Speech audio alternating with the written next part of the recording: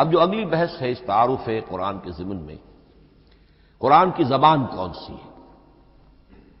یہ سب جانتے ہیں عربی زبان ہے، لیکن کون سی عربی؟ عربی کوئی ایک نہیں ہے۔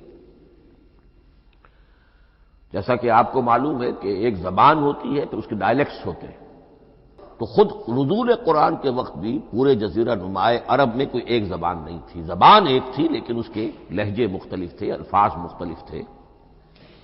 تو یہ جان لیجئے کہ قرآن نازل ہوا ہے حجاز کے بادیہ نشینوں کی زبان میں۔ تو بادیہ نشین حجاز کے، نجد کے نہیں، حجاز کے بادیہ نشین، ان کی زبان میں قرآن نازل ہوا ہے۔ یہ آیتیں اس سے پہلے بھی سامنے آ چکی ہیں سورہ زخرف کی، انا جعلناہ قرآنا عربیا لعلکم تعقلون، ہم نے اس اپنے کلام قدیم کو عربی زبان کا جامہ پہنایا ہے۔ انا انزلناہ قرآنا عربیا، یہ سورہ یوسف کی آیات، ہم نے اتارا ہے اسے قرآن عربی بنا کر، قرآنا عربیا لعلکم تعقلون۔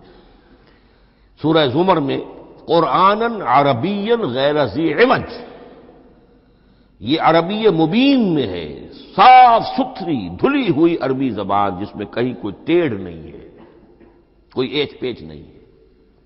اور یہی پھر سورہ کہف میں جو ایک ترانہ حمد اللہ نے ہمیں سکھایا ہے کہ میرے اس انعام عظیم پر میرا شکر ادا کیا کرو، تو کن الفاظ میں الحمدللہ الذی انزل علی عبدہ الکتاب ولم یجعل لہ عوجا۔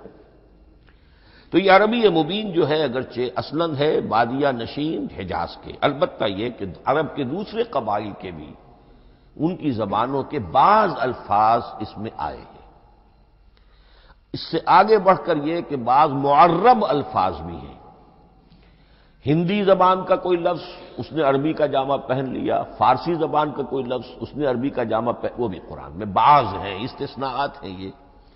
جیسے سنگ گل، یہ فارسی زبان کا لفظ ہے، سنگ گل، وہ سجیل بن کر قرآن مجید میں آ گیا ہے۔